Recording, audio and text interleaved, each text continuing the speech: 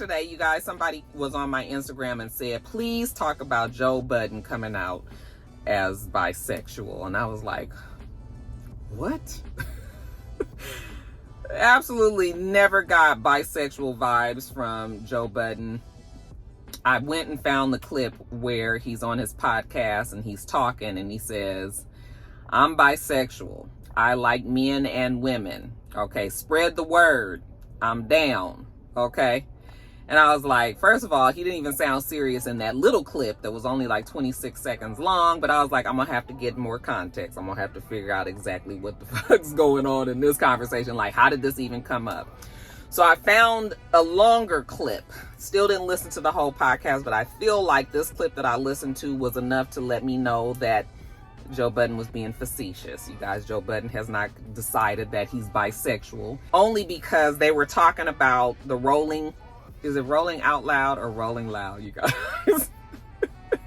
Whatever the fuck the name of the concert is, they were talking about DaBaby being welcomed back into the concert series because, you know, the LGBTQ, there was some CEO of some foundation who spoke with DaBaby, and I guess they're considered high up in the community.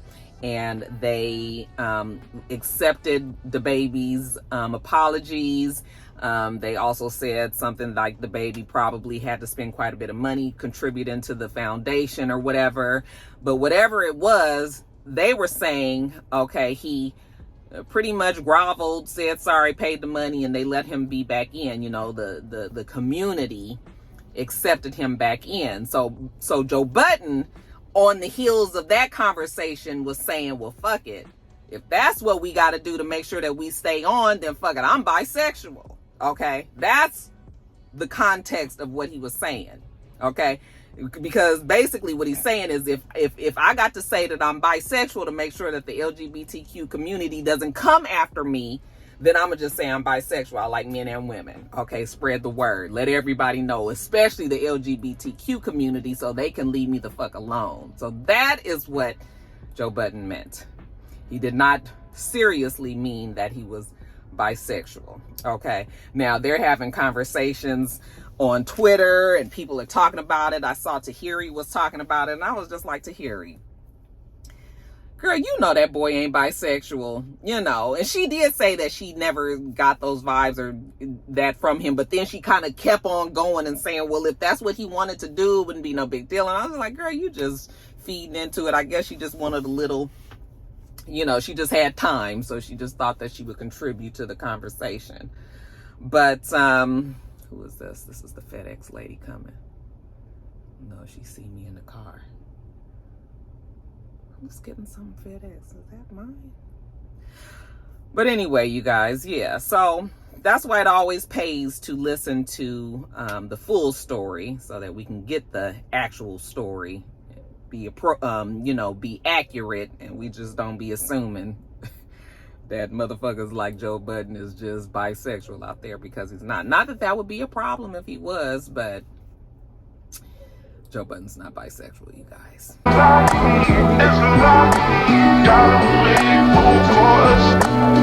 right, you guys, and then somebody wanted me to just announce that Cardi B will be hosting the AMAs. So I guess that's what I am letting you guys know. Okay, this is just a quickie story because, I mean, good for her. You know, Cardi B is doing very well. She hasn't come out with a new album, but she's dropped a couple of songs and she's made sure that she's kept herself out there. And, you know, we've seen her, you know, she had the baby. We still don't know the little baby boy's name. They haven't released that. We haven't even seen the baby. She's doing this baby differently than she did Little Baby Culture because of the way they treated her child and many other celebrities. You know, the things that these people say and do, you know, say about their kids is just unreal.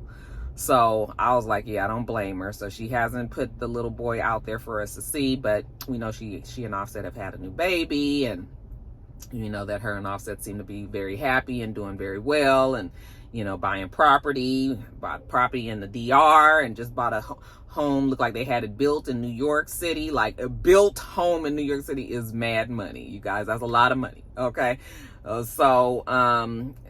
you know, just happy for her. Things are working out for her and Offset, and You know, he seems to have come around. We haven't heard any stories about him, and they just seem to be good. So we ain't gonna knock it. So now her newest opportunity is she's going to be hosting the AMAs, the American Music Awards. I don't know when it come on. I guess I could look. I'll put it on the screen here. But yeah, good for Cardi B. Okay, always good to see her, you know, expanding her portfolio, so to speak.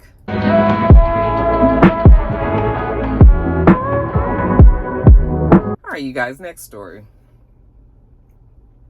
Will Smith and Jada Pinkett Smith. First of all, this story is not about Jada Pinkett Smith. Well, it is a little bit about Jada Pinkett Smith, because I am starting to realize that Jada Pinkett Smith is how she is truly because of all of the shit that Will Smith put her through. Okay, now Jada Pinkett Smith has gotten a pretty short ends of the stick. You know, we have been hard on Jada Pinkett Smith, especially when her story came out about August Alsina. There was whisperings that Jada might have been messing around with Mark Anthony when they was doing Hawthorne, you know, and people had a lot to say about Jada Pinkett Smith back then. There's always been whispers about Will Smith, but, you know, we as a society maybe have given him a pass because he's been such a likable person. And, you know, we've known these stories, but we never had confirmation of the stories. So for whatever reason, we've been harder on the woman, which is, it happens. It happens all the time.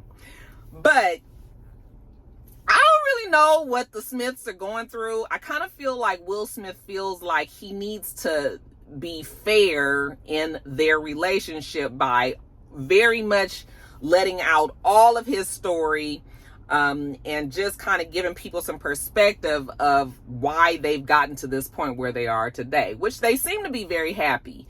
I told you guys last week, I get very much the brother, sister, life partner vibes rather than like the intimate partner vibes between the two of them. It's just like they love each other.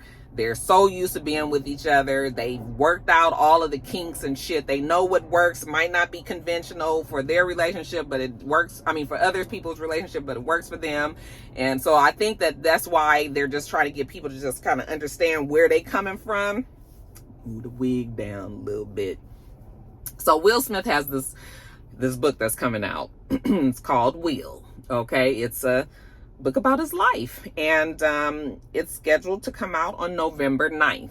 All right, going to be reading that in the Roxy Reads book club for sure. That will be on there, mostly because all the shit that we know is gonna go down in that book. Now, they have released a couple little excerpts from the book, and shit that we have been surprised by, to say the least. So one of the stories was his portrayal of the character in 6 Degrees of Separation. He was a co-star to Stockard Channing.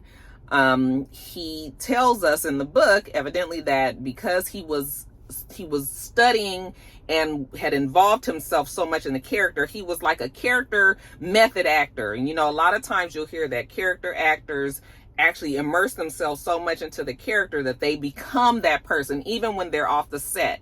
As many times it's hard for them to detach from the character because they're trying to make sure that they fully portray this person so that you can get that feeling when you watch the movie. We know Denzel Washington is a character actor. We know that, what was the guy's name that ended up killing himself?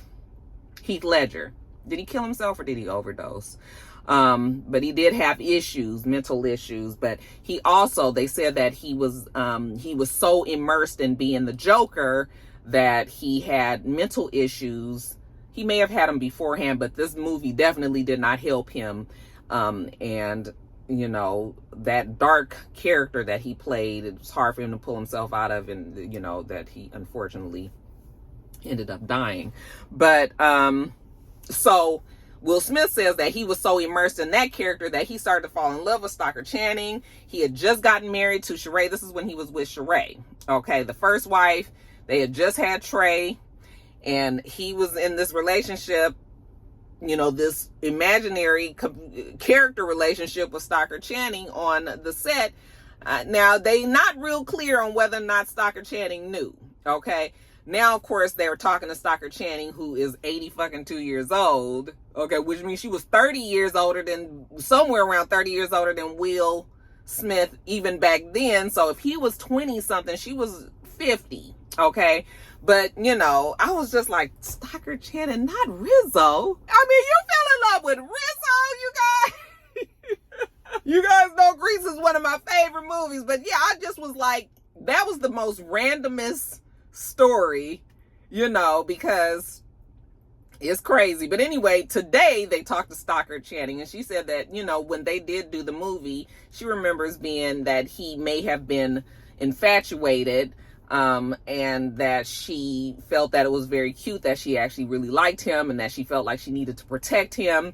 You know, she don't confirm if any shit went down, and I don't know if he does in the book either, but, you know, she just said that, you know, she was delighted to hear that he had this crush on her. But he didn't say crush. In the book, he said he had fallen in love with her. I said, Stockard, girl, don't be trying to downplay it. You and Will, what was y'all doing, honey? You got a little peek at the Prince Peen. Can you imagine Will Smith and Stockard Channing today?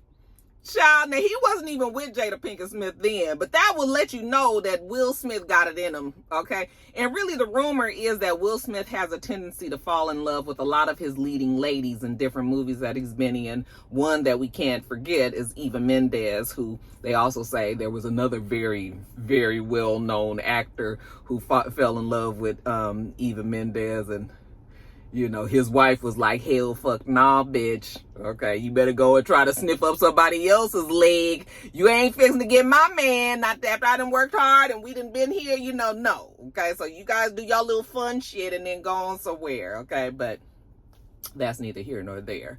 But, so yeah, that's always been the rumor that Will Smith kind of, you know, he gets infatuated with the women in the movies that he's in. Okay, so that's in the book. There was also an excerpt that they let out where he talks about possibly killing his father to avenge his mother. So evidently his dad and him had a complicated relationship all their life. The dad was definitely a provider, definitely took care of the family, you know, put food on the table, you know, paid the bills, you know, they never wanted for anything. That wasn't the issue, but the dad was like a raging alcoholic, and the dad beat up the mom, and, you know, the kids saw it, and Will Smith definitely saw it. And evidently there was a episode that happened when he was 9 years old that the dad beat the mom so bad that she was spitting out blood, and Will Smith saw that and he never forgot it.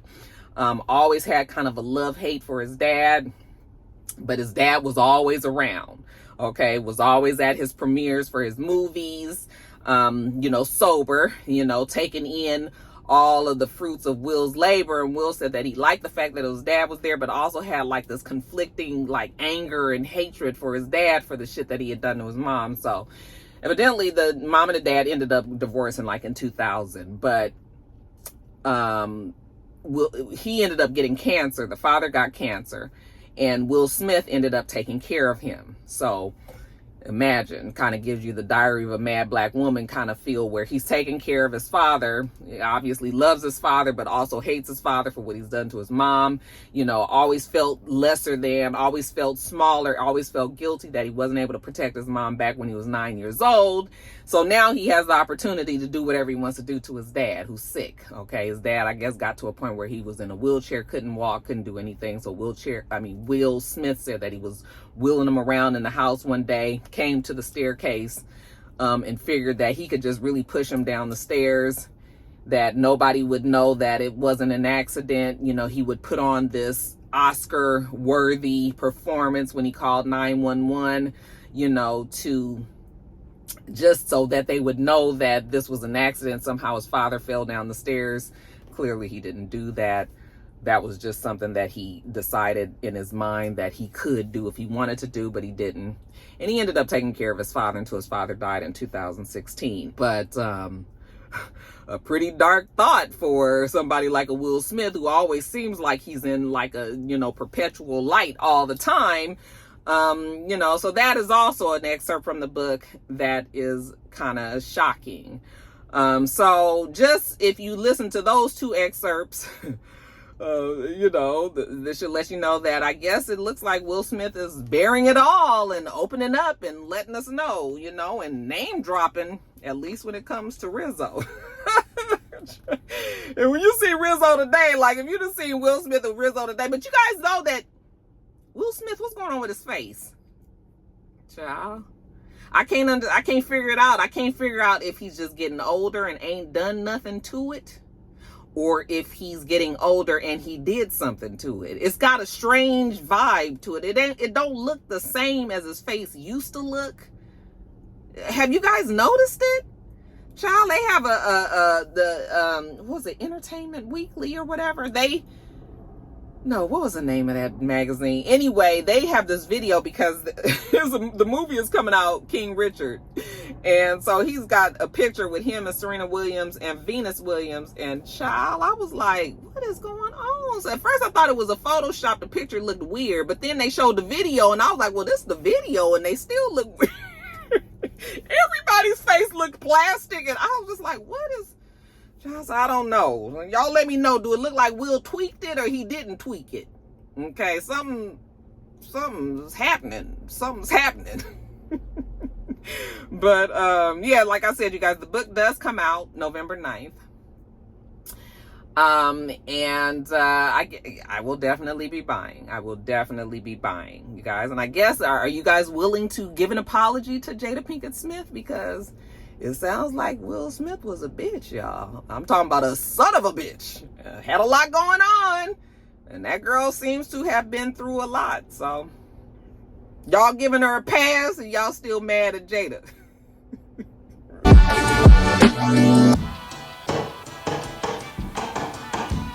All right, you guys, next story. I gotta hurry up because I got to get back to work.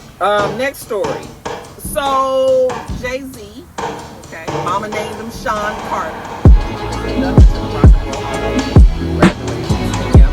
All of his followers. Jay-Z is that dude, okay? In his acceptance speech, saying, amongst others, Dame Dash, okay, he said in his speech that even though they don't see eye to eye, he never erased Dame Dash's influence, work that he did, you know, them building Rockefeller, you know, and all that came with it, you know, and he just wanted to acknowledge that Dame Dash was definitely a part of the legacy of Rockefeller. Even though they don't get along, they really haven't gotten along ever since Dame Dash and Jay-Z split up and, you know, all the shit and that. I didn't realize that there was something fresh and new happening in a beef between the two of them, but evidently there was. So after his speech, Dame Dash came out and said that he wants to squash the beef between him and Jay-Z. He wants to sit down with him as a man and, you know, figure it out. They don't have to go to court. They don't have to involve lawyers. You know, they don't have to do any of that. Then I was like, okay, so there must be a new lawsuit going on. And there is. So evidently, the latest feud is over a Reasonable Doubt NFT, okay?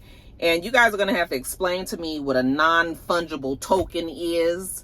But from what I understand, Dame Dash tried to auction off Reasonable Doubt. He was trying to sell it, obviously. And I guess Reasonable Doubt, Jay-Z's first album, it belongs to Rockefeller. It's not something that he could just sell off. So Jay-Z, once he found out that Dame Dash was trying to do this, sent in the lawyers and stopped the sale or the auction from happening. But Dame Dash said he was not trying to sell Reasonable Doubt as an NFT, but that he was just trying to sell his shares in Rockefeller. Evidently, Jay-Z had offered to buy out Dame Dash, but at a very, very low price. He felt like that was unreasonable.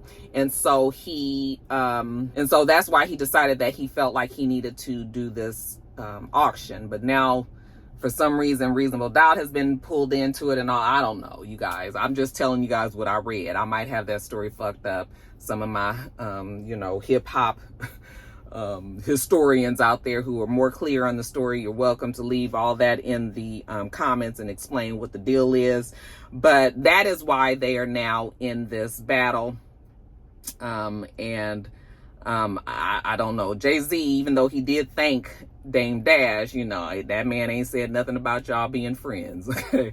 And I don't think that Jay-Z is really trying to be friends with Dame Dash. I think there's a lot of water under the bridge.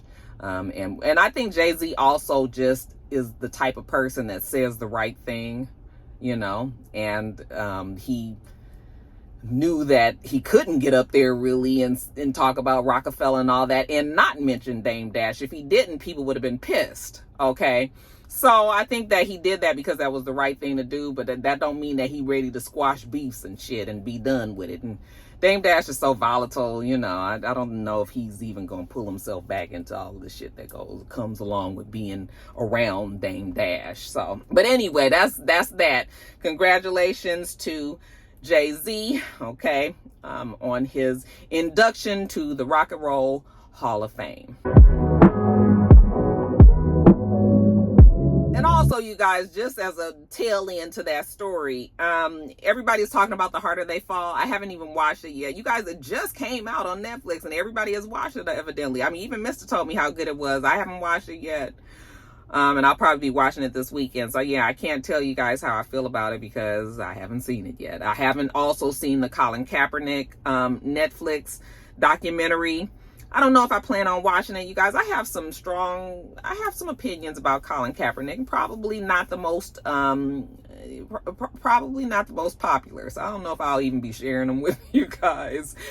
But so yeah, I don't really have any interest in, I don't care about NFL and I don't really have any interest in the documentary, so I don't think that I'll be watching it. But I know that it's a lot of conversation about both of these movies for different reasons, and you guys are welcome. No, don't talk about it because we don't want no spoilers. Please do not do any spoilers. I will immediately erase that comment if you do that. But I just want to let you guys know, yeah, I have no comments because I haven't seen any of it.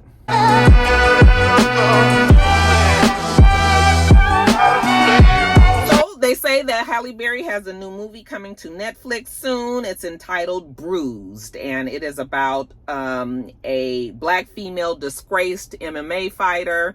That would be Halle Berry. Can you imagine her as a disgraced MMA fighter? I don't even think I want to see Halle Berry fighting and getting beat up and bloody and well bruised like the title says. I don't want to see her in that way. But, you know, I think this was something that she felt would expand her acting abilities. And, you know, this is actually going to be her directorial debut. And yeah, so she's doing this movie. The MMA fighter is disgraced, like I said, but it's all about the comeback. Okay, she's also going to be building a relationship with a child that she abandoned when she was, like, I guess the who's who in the MMA. Okay. And so as the story would go, I'm sure it's just a comeback story. And I mean, good for Halle Berry. They say that she trained 6 hours a day for this movie. Evidently, she had already had some training in martial arts. I kind of feel like I heard a story. I remember a story of her saying that Wesley Snipes, this might totally be not true. Okay, so let me not even say it. But I thought that I had heard a story back in the day that, let me not say that story. So anyway, but yeah, they say that she already had some interest and some training in martial arts. And then with this movie, you know, she did the training 6 hours a day, cracked some ribs, you know, really was so dedicated to the cause that she continued going and, you know, blop-de-blop-de-blue. I mean, good for Halle Berry, okay? We'll see how the movie does. I've never thought that Halle Berry was the best actress, but maybe she'll do well as a director, you know? Maybe that might be where her sweet spot is, you know? Sometimes it just takes us some time to figure it out, even though she is an Academy Award winning actress. But was it a real big stretch for her to play Dorothy Dandridge? I mean, this beautiful black woman, you know? So anyway. No disrespect to Halle Berry. I love Halle Berry. You know, she's seems to be happy with her new man, and she's doing what she wants to do. She's directing, and people are trusting her to put movies out and pay her to, be on Netflix. So good for her. The movie will come out on November 17th. It will be in theaters. Okay. Then it will have the worldwide distribution on Netflix on November 24th, right in time for Thanksgiving. Okay. Y'all can finish y'all turkey dinner and y'all can all settle around the TV, and you can watch Halle Berry get the pulp beat out of her, and, blood splattering on TV and whatnots, you guys. So yeah, good for Halle Berry. Will you guys be watching the movie Bruised?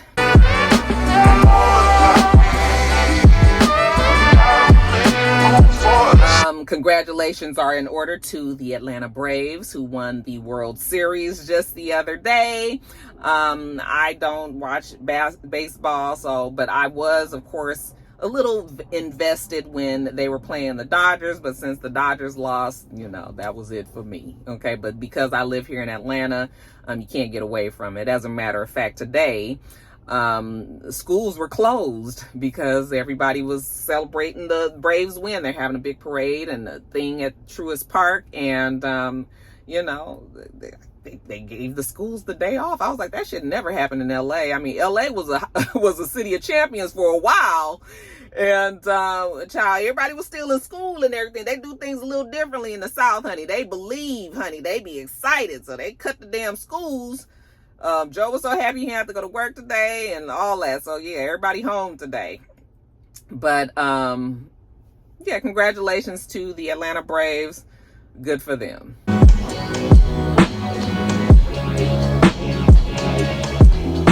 And then lastly, you guys, it seems that Amara La Negra is infanticipating. You guys will say, what? Yeah, she was infanticipating, and then she had a miscarriage on Love and Hip Hop Miami. We saw it play out on the show. And you would be right. But you guys, evidently, when she was filming Love and Hip Hop Miami, the story goes the same way. She was feeling nauseous. She was feeling very sick. She went to the doctor. She went home to DR, actually, take care of some business, went to her gynecologist, OBGYN out there, and found out that she was indeed pregnant. Okay. Now, she's pregnant with twins. They saw 2 sacs. Now they believe that miscarriage that she might have had just a couple of weeks prior, they believe that was a 3rd sac that did not take. This was a baby that did not survive. And that she would have probably had 3 kids, 3 triplets, if the pregnancy would have held the way that it did, but it didn't. That baby miscarried, but the other 2 have stayed put. Okay, so her story was in People, the Spanish People magazine. Very beautiful spread. Her and her mom, dressed with the head dress and white, very goddess-like, very regal, very beautiful. She's a beautiful girl. I hope that she's not announcing this too early, because I don't even want to put negatives on it. I just pray that everything goes well with those 2 babies that are still left, because she's not that far along. She's still very, she's definitely looks like she's still in the 1st trimester. Her stomach is not even out that much. So, we're just going to pray that, she is okay, that she is okay, that the baby is okay, the babies will be okay. She says that in her case, I'm going to read you the quote. I woke up pregnant like the Virgin Mary. I woke up pregnant, and that's all I remember. I will be a single mother. I know my babies will depend on me. Father is not one of those. No, Father is not the one who makes the child, but the one who raises it. In time, if God grants me the blessings of finding the right man, one who supports me, who accepts me with my children, then amen, he will be well received. But I feel blessed, and I am so happy that I sometimes forget that I'll be a single mom. I am more focused on my babies. Okay. And so, look, Amara La Negra just seems like she's at that point in her life where she just wants to have kids. She's very determined to get pregnant. She has no interest in being with Alan. Alan looks like he don't have any interest in being with her with these, it would have been 3, but now 2 babies.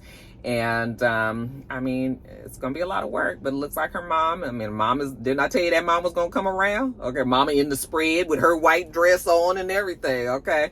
Yeah, folks know where their bread is buttered. And plus, I'm sure her mom loves her and wants to be there for her child or her children as well, you know, so her grandchildren as well. So yeah, you guys, that's the story that Amara La Negra, you know, even though we thought that she wasn't pregnant, she is still indeed infanticipating. So congratulations to Miss Amara La Negra. And I got to get off. Oh my God, I got to get off.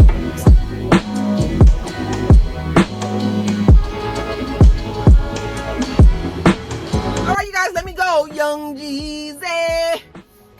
Been out here for over an hour, you guys. Anyway, make sure that you no, we do this every single week, so make sure that you rate, comment, and subscribe, and make sure you come back.